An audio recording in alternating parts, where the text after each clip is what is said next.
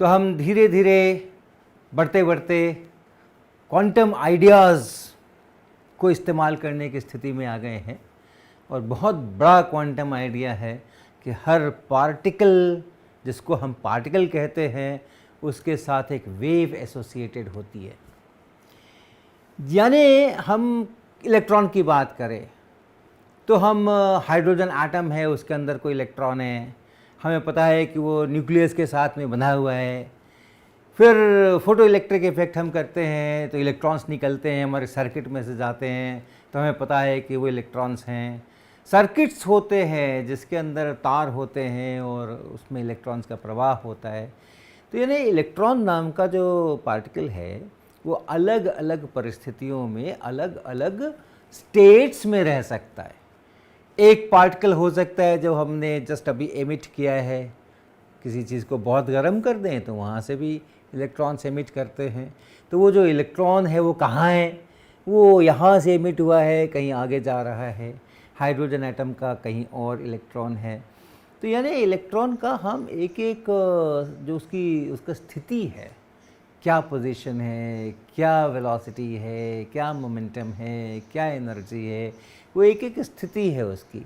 तो जब हम पार्टिकल के रूप में बात करते हैं तो हमारे पास एक ज्योमेट्रिकल पिक्चर होता है कि हाँ ये पार्टिकल है, ये छोटा सा जगह के अंदर में ये बना हुआ है इस समय में, और चल रहा होगा, फिर रहा होगा, ये इसकी स्पीड होगी वगैरह। लेकिन उसी पार्टिकल, जहाँ वो पार्टिकल है वहीं साथ में एक वेव भी है। तो वो वेव तो वो कहाँ है, उस वेव में और उस पार्टिकल का जो पोजीशन है, मोमेंटम में क्या संबंध है, ये सारे बड़े प्रश्न हैं। क्वांटम मैकेनिक्स में जो हम पार्टिकल्स के साथ में वेव्स लेकर के चलते हैं, जो ज़रूरी है, जो एक्सपेरिमेंट्स में से निकल करके आए हैं, तो उसको हम वेव फंक्शन कहते हैं। क्योंकि वो जनरली ट्रैवलिंग वेव की तरह जो हम वेव जानते हैं वैसा नहीं है वो, तो उसको हम वेव फंक्शन कहते हैं। एक समय पे, अब आप टाइम डेवलपमेंट को छोड़ दीजिए, एक टाइम पे सोचिए, एक टाइम पे अगर हम क्लासिकली बात करते हैं तो हम कहते हैं ये पार्टिकल है, यहाँ पर है, इस समय यहाँ पर है, और ये उसका मोमेंटम है, ये उसकी एनर्जी है वगैरह वगैरह।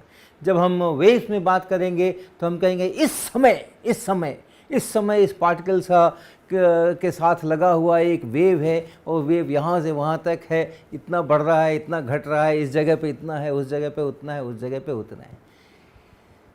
कुछ तो रिश्ता बनाना पड़ेगा दोनों के अंदर में। तो सबसे जो एक ज़रूरी बात लगती है कि जहाँ मुझे पता हो कि यहाँ तो पार्टिकल है ही नहीं, वो पार्टिकल यहाँ तो है ही नहीं, वो इलेक्ट्रॉन यहाँ तो है ही नहीं, वहाँ पे मेरी वेव भी नहीं होनी चाहिए। और जहाँ मुझे पता है कि हाँ यहाँ पर है, वो पार्टिकल यहाँ पर है, तो वहाँ पर फिर उस वेव का अच्छा खासा मैग्नीट्यूड होना चाहिए। तो हमने एक सिंबल जो अक्सर इस्तेमाल करते हैं ऐसा, साई, PSI, साई पढ़ते हैं इसको, साधारणतः वेव फंक्शन के लिए ये काफ़ी इस्तेमाल किया जाता है। तो ये जो एक सिंबल है जिसको हम साई कहते हैं, ये वेव फंक्शन कहलाता है।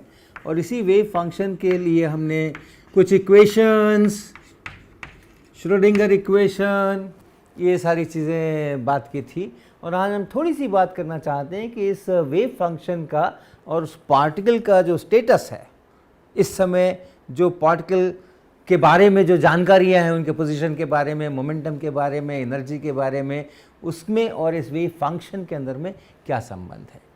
फिर से आपको याद दिला दे, जो वेव फंक्शन है इसके अंदर हमने जब पिछली बार काम किया था तो एक स्क्वायर रूट ऑफ -1 का इस्तेमाल किया था। और इसलिए ये जो वेव फंक्शन है ये कॉम्प्लेक्स हो सकता है। पता है आपको कॉम्प्लेक्स? जिन संख्याओं में स्क्वायर रूट ऑफ -1 शामिल होता है उनको हम लोग कॉम्प्लेक्स नंबर्स कहते हैं। तो जो वेव फंक्शन हम बातें करेंगे उसके अंदर में ये शामिल हो सकता है, तो कॉम्प्लेक्स भी होते हैं वेव फंक्शंस, ये ध्यान में रखिएगा। तो हमने, अगर मान लो हमें किसी पार्टिकल के बारे में पक्का पता है कि वो पार्टिकल ठीक यहाँ पर है और कहीं नहीं है, हाँ, अभी मैंने उसको डिटेक्ट किया है, अभी हमने उसको किसी ढंग से और जांचा है, हमने कोई डिटेक्टर लगाया है जो कि बता रहा है कि ये रहा पार्टिकल, तो वो पार्टिकल अगर वहाँ पर है तो उसका जो वेव फंक्शन है वो यहीं पर होना चाहिए, बाकी जगह पर वो वेव फंक्शन नहीं होना चाहिए। तो कैसा हो? अगर हम फिर से वन डिमेंशनल वर्ल्ड, मेरी दुनिया एक ही डिमेंशन की एक ही रेखा पर है, केवल एक्स एक्सिस पर है, तो अगर ये है वो रेखा, ये है वो एक्स एक्सिस, और हमें पता है कि ये जो पॉइंट है x इक्वल टू x0, यहीं पे पार्टिकल है, इसी जगह पे पार्टिकल है, तो ये जो वेव फंक्शन है वो कैसा होना चाहिए? वो यहाँ कहीं नहीं होना चाहिए, यहाँ कहीं नहीं होना चाहिए, यहीं पर उसका वैल्यू होना चाहिए। अब वो वैल्यू कॉम्प्लेक्स भी हो सकता है, तो हम प्लॉट करें तो बड़ी हिचक के साथ हम प्लॉट करेंगे, लेकिन फिर भी हम प्लॉट करेंगे, जो भी उसका जो भी वैल्यू है वो हम यहाँ पर दिखाएंगे, और हम कहेंगे कि इसको ऐसा कुछ होना चाहिए, ऐसा कुछ होना चाहिए, यहीं पर रहे और कहीं पर नहीं रहे। और इसके लिए गणित के अंदर में एक बड़ा अच्छा सा फंक्शन हमें मालूम है। हाँ, गणित में एक बहुत बढ़िया सा फंक्शन इस तरीके का होता है जिसको हम कहते हैं डेल्टा फंक्शन, और ऐसे लिखते हैं, ऐसे लिखते हैं। तो हम कहेंगे हमारा साई एक्स जो है वो इस टाइप का है, some constant times delta function है ये, और जैसे साइन कोसाइन वैसे ये डेल्टा फंक्शन है, ये आर्ग्यूमेंट है उसका x माइनस एक्स नॉट।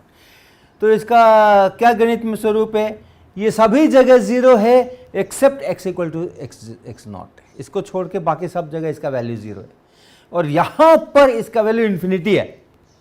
तो ये बड़ा वो डिसकंटिन्यूअस टाइप का या ब्लो करने वाला ऐसा फंक्शन है ये यहाँ पे इसका वैल्यू इन्फिनिटी है। लेकिन so at x not equal to x naught, psi बराबर 0, at x equal to x naught, psi बराबर इन्फिनिटी, और अगर आप इंटीग्रेट करो psi x dx, इंटीग्रेट करो इन अ रेंज x1 to x2 जिसके अंदर ये x नॉट कंटेन्ड हो, यानी x1 is smaller than x not and that is smaller than x2, इस रेंज के अंदर में ये पॉइंट है, तो ये इंटीग्रेशन को 1 होना चाहिए।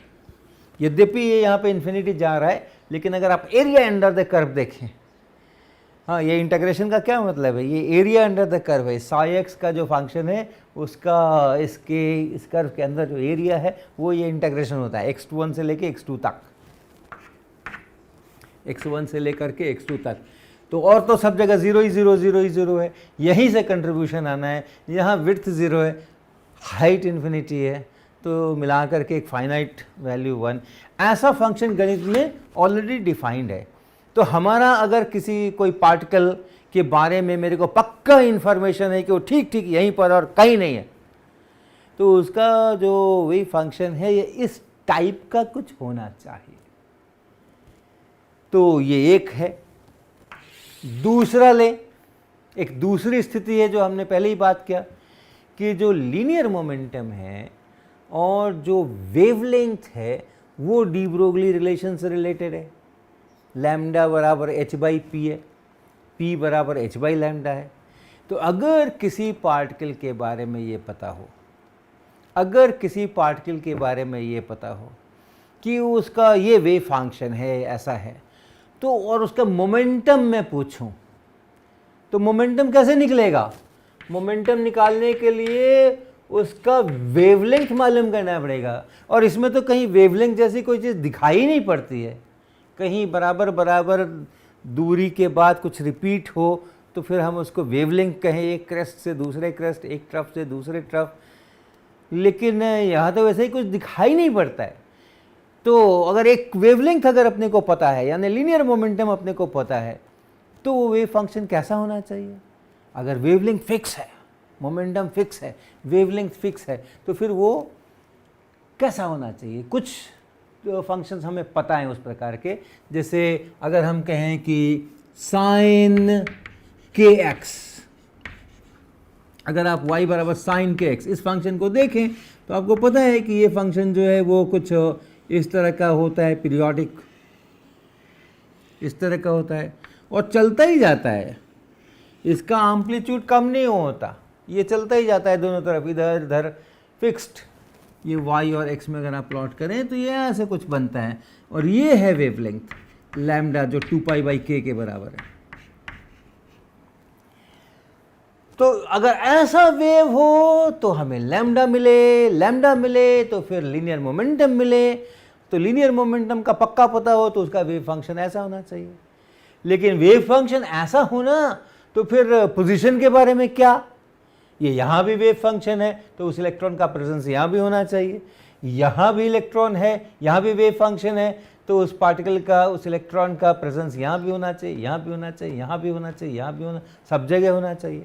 और कहीं भी एम्पलीट्यूड कम नहीं है जितना यहाँ है। जैसी वेव यहाँ है वैसी वेव यहाँ है, वैसी वेव यहाँ है, वैसी वेव वहाँ है, वैसी वेव वहाँ है।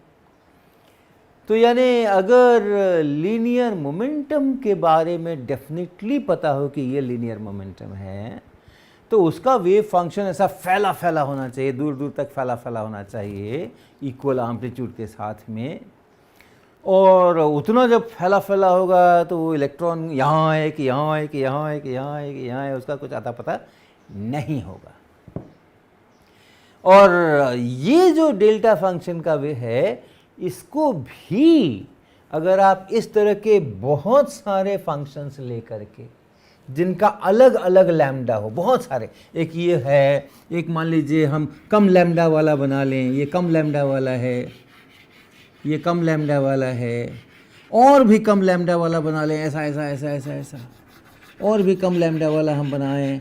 ऐसे बहुत सारे अगर हमने फंक्शंस बनाए, कुछ ज़्यादा वाले भी, ज़्यादा लैम्डा वाले भी, ऐसे वाले भी, ऐसे बहुत सारे लेकर के और सही एम्पलीट्यूड चूज़ करके, चुन करके अगर उनको हम एक साथ जोड़ दें तो ऐसा संभव है कि आप इस प्रकार का फंक्शन इन्हीं से प्राप्त कर सकते हैं।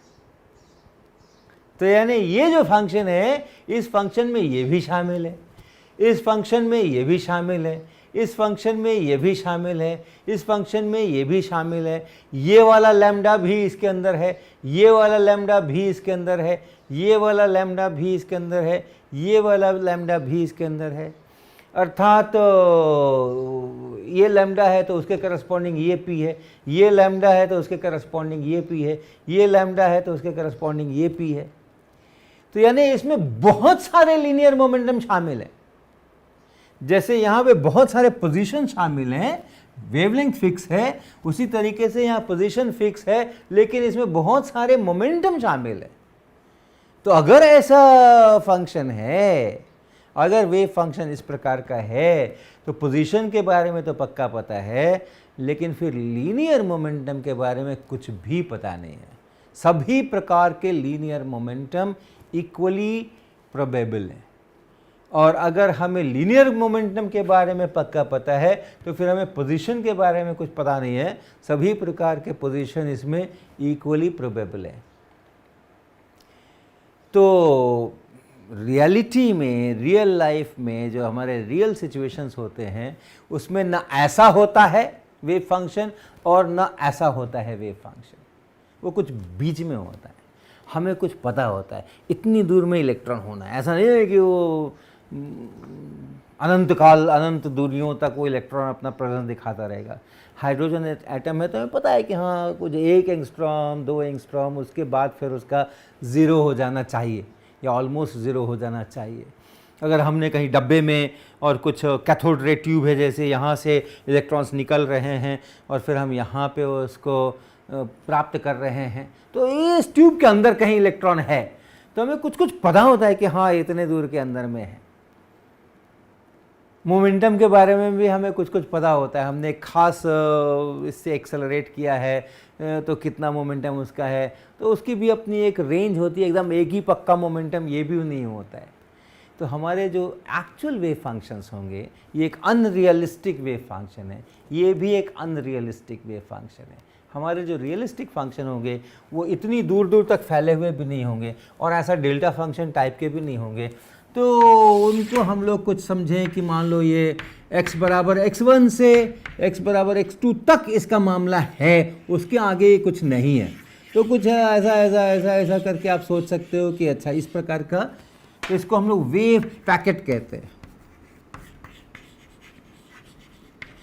ध्यान दीजिएगा, हम प्लॉट कर रहे हैं, लेकिन बहुत ज़्यादा इसके साथ आप इसमें कुछ जोड़िएगा मत, ज्योमेट्रिकल पिक्चर मत बनाइएगा, क्योंकि हमारे वेव फंक्शन कॉम्प्लेक्स भी होते हैं, उसमें स्क्वायर रूट ऑफ -1 भी होता है, उसको प्लॉट करना बहुत बार संभव नहीं होता है।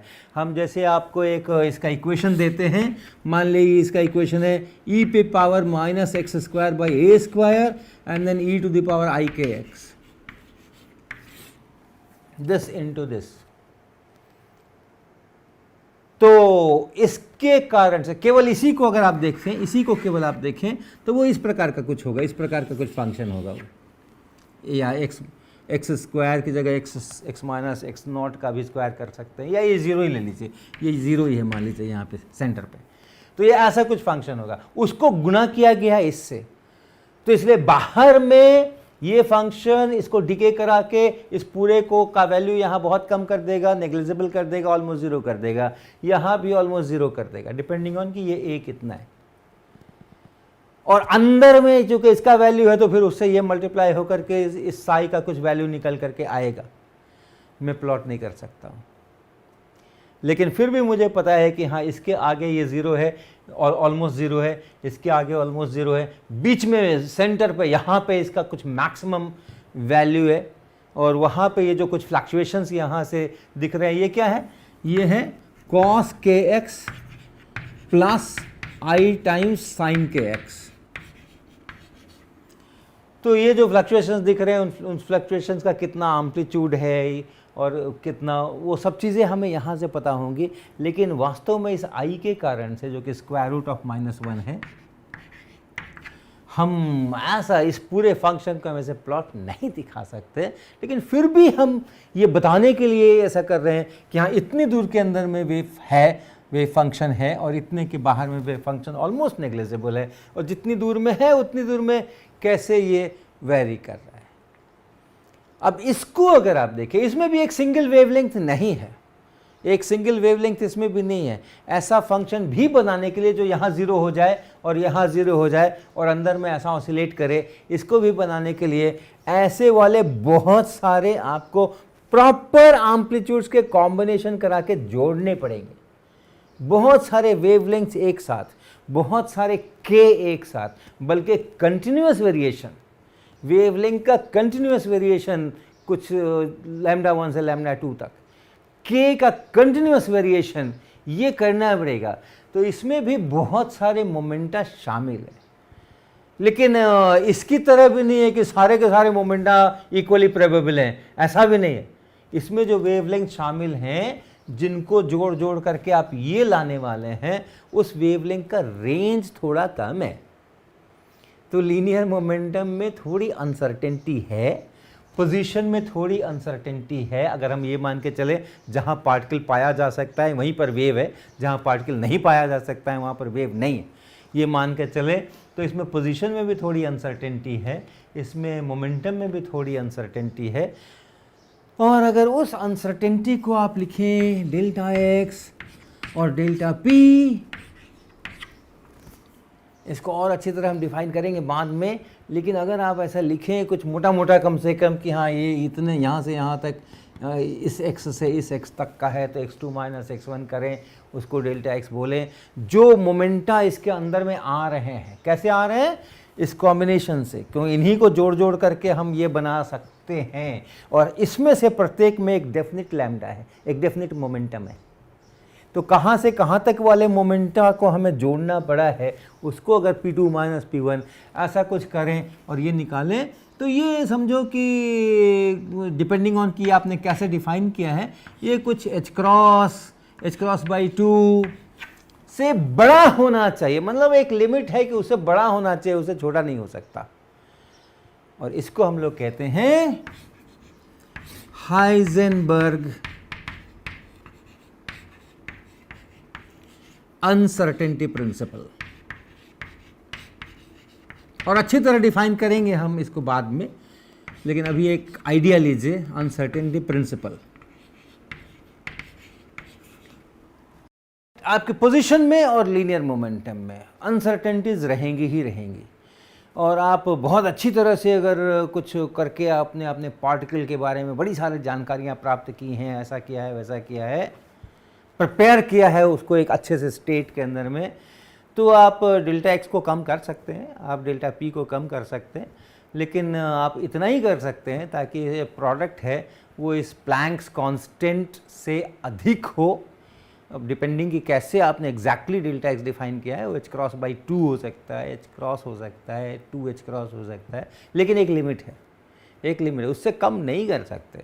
आप चाहो कि हम पोजीशन भी खूब अच्छी तरह हमें पता हो, डेल्टा एक्स खूब छोटा सा हो, आप चाहो कि उसी समय में हमें उसका मोमेंटम भी खूब अच्छी तरह पता हो, डेल्टा पी भी बहुत छोटा सा हो, तो बहुत छोटा सा आप नहीं कर सकते।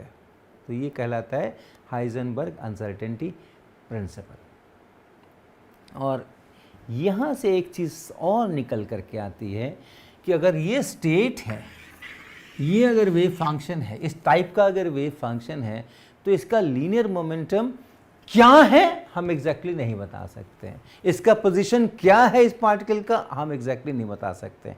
ये एक इंस्टेंट की बात हो रही है। अभी हम टाइम बदलेगा तो वेव फंक्शन बदलेगा, वो एक अलग कहानी है। लेकिन एक समय पे एक वेव फंक्शन है, ये वेव फंक्शन मेरे को पता है, वेव फंक्शन पता है, लेकिन पोजीशन हमें पक्का पता नहीं है। उसकी चांसेस, उसकी प्रोबेबिलिटीज़ हम बात कर सकते हैं। लीनियर मोमेंटम हमें पक्का पता नहीं है, लेकिन उसकी हम प्रोबेबिलिटीज़ की बात हम कर सकते हैं। तो एक समय पे एक पोजीशन का हमें पता नहीं है कि इसका पोजीशन क्या है। ये भी हो सकता है, ये भी हो सकता है, ये भी हो सकता है, ये भी हो सकता है, ये भी हो सकता है। जहाँ वेव स्ट्रॉन्ग है वहाँ ज़्यादा प्रोबेबिलिटी है, जहाँ वेव वीक है वहाँ पर कम प्रोबेबिलिटी है, जहाँ वेव ऑलमोस्ट ज़ीरो है वहाँ पे प्रोबेबिलिटी भी ज़ीरो है। अब इसके पहले कि हम और आगे इस प्रोबेबिलिटी पर बढ़ें, अब दो सिनेरियो हो सकते हैं। मुख्य बात क्या आई, जैसे हम कोई भी पैरामीटर ले सकते हैं, लीनियर मोमेंटम है, पोजीशन है, या काइनेटिक एनर्जी है, कोई भी पैरामीटर हम ले सकते हैं। तो बात यह आ रही है, पोजीशन ही लेकर के चलते हैं कि उसका position is not definitely known.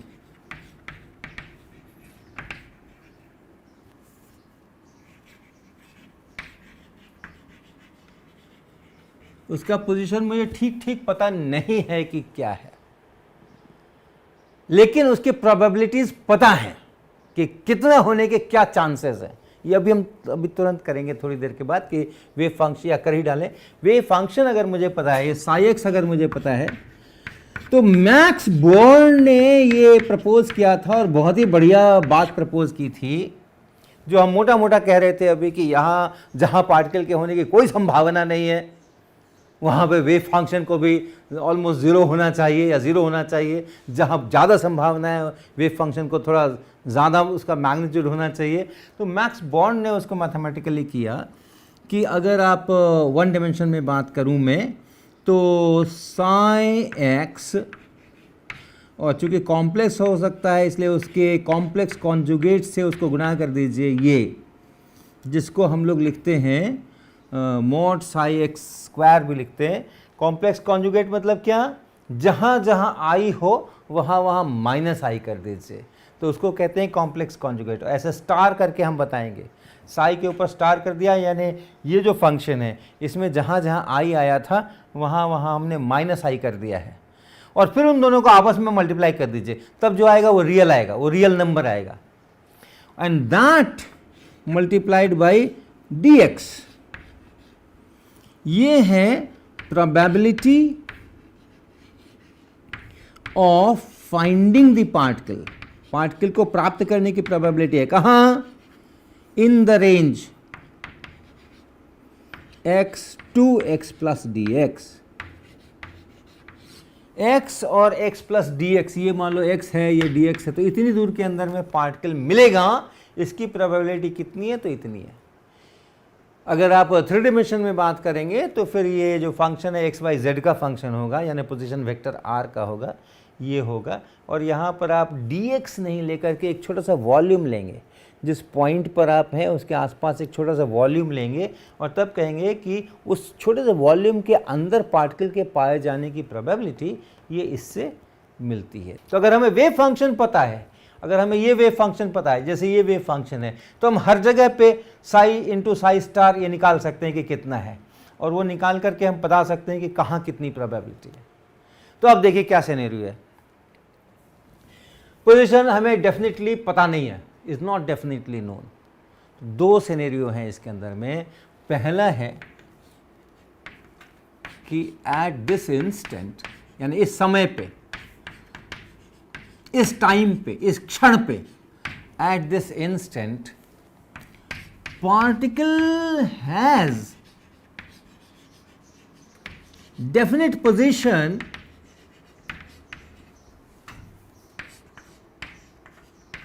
Particle का पोजीशन है तो डेफिनेट, हमें पता नहीं है, but we do not no.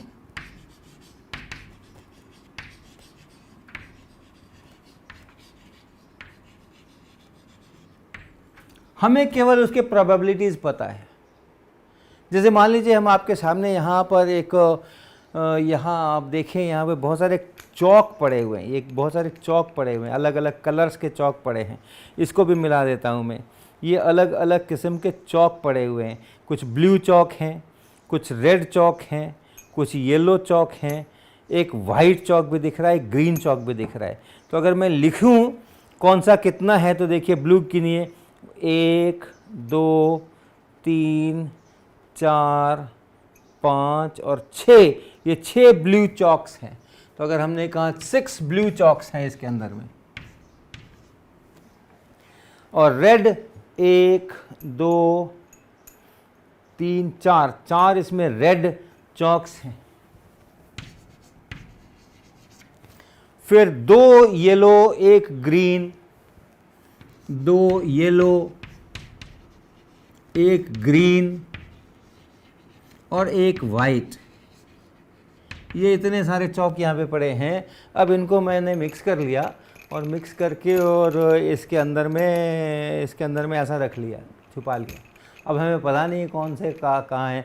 और फिर हमने एक चौक इसमें से निकाली और बिना देखे हुए उसको एक दूसरे इसके अंदर, कपड़े के अंदर हमने ले लिया। अब ये क्या है? ये ब्लू है। इसके अंदर एक चौक वहाँ से निकाली है। अब ये ब्लू है या ग्रीन है या रेड है, क्या है ये हमें पता नहीं है। क्या प्रोबेबिलिटी है वो हमें पता है, क्या प्रोबेबिलिटी है वो पता है। टोटल कितने हैं? 10 12 13 14, 14 है टोटल।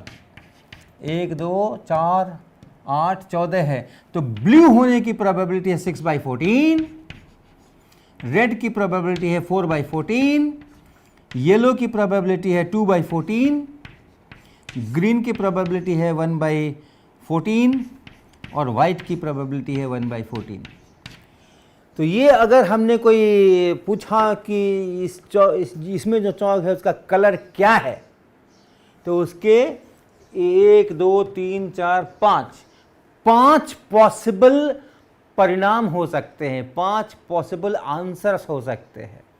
और हमें कुछ आंसर का पता नहीं है, लेकिन हर आंसर के बारे में मैं प्रोबेबिलिटी जानता हूं कि किस आंसर की क्या प्रोबेबिलिटी है। तो एक ये सिचुएशन है कि है तो फिक्स, इसमें क्या है वो फिक्स है, वो जो है सो है, मुझे पता नहीं है। और इसके कारण से हम ये इग्नोरेंस करते हैं।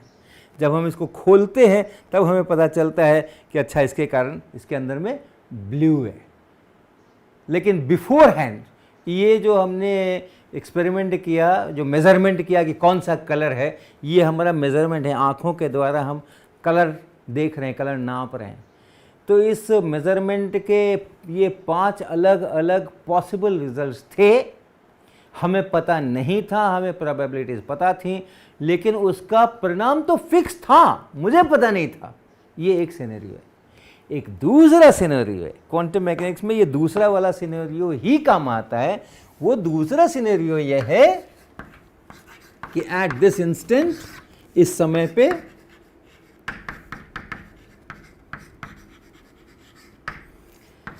the particle is in mixed state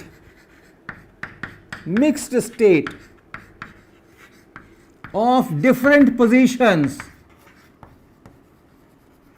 मेरी कमजोरी नहीं है, ये मेरा अज्ञान नहीं है, ये पार्टिकल ही एक डेफिनेट पोजीशन नहीं है इसका, इस समय पे इसका डेफिनेट पोजीशन है ही नहीं, तो ये मिक्स्ड स्टेट में है ये। और वो जो स्टेट्स हैं वो डिफरेंट पोजीशन वाले स्टेट है। ऐसा नहीं है कि मुझे पता नहीं है लेकिन है उसका एक पोजीशन, ऐसा नहीं है। उस पार्टिकल का एक पोजीशन है ही नहीं तो मुझे क्या पता होगा और किसी को भी क्या पता होगा।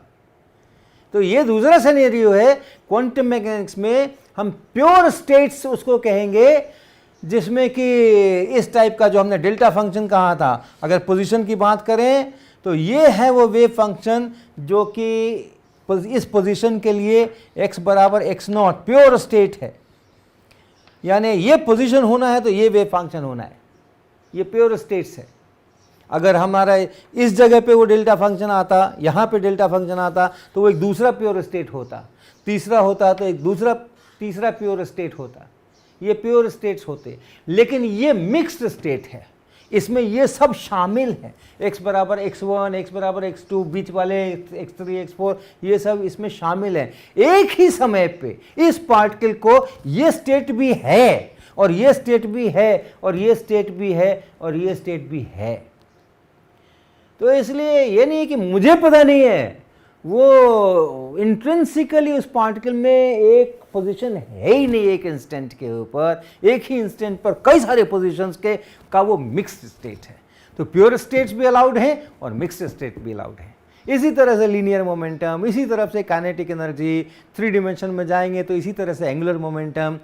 तो हमारे जो मिक्स्ड स्टेट्स होते हैं जिनमें कि हमने कोई मेज़रमेंट नहीं किया है, वो है वहाँ पे, हमें इसलिए नहीं पता है कि वो वहीं पर मिक्सिंग है, वहीं पे मिक्सिंग है। जब हम मेज़रमेंट करके और उसका पोजीशन पता करते हैं तब क्या होता है, जब मेज़रमेंट हम करते हैं तो हम मेज़र कर लेते हैं, ओ ये रहा पार्टिकल, इतनी प्रोबेबिलिटी है ना, तो मेज़र करोगे तो यहाँ पे मिल सकता है, मिल गया।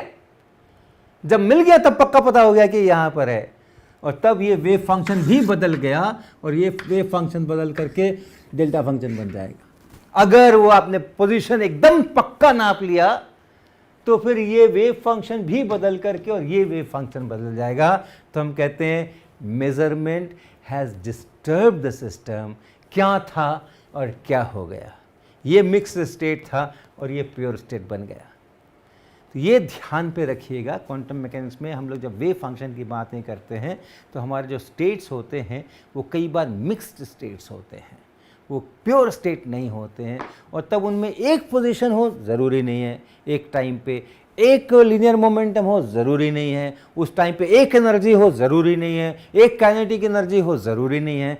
ये बहुत मूल तत्व है, इसको ज़रूर आप हृदयंगम करने की कोशिश कीजिएगा, तो आगे की चीज़ें आपको ज़्यादा अच्छी लगेंगी, मज़ेदार लगेंगी।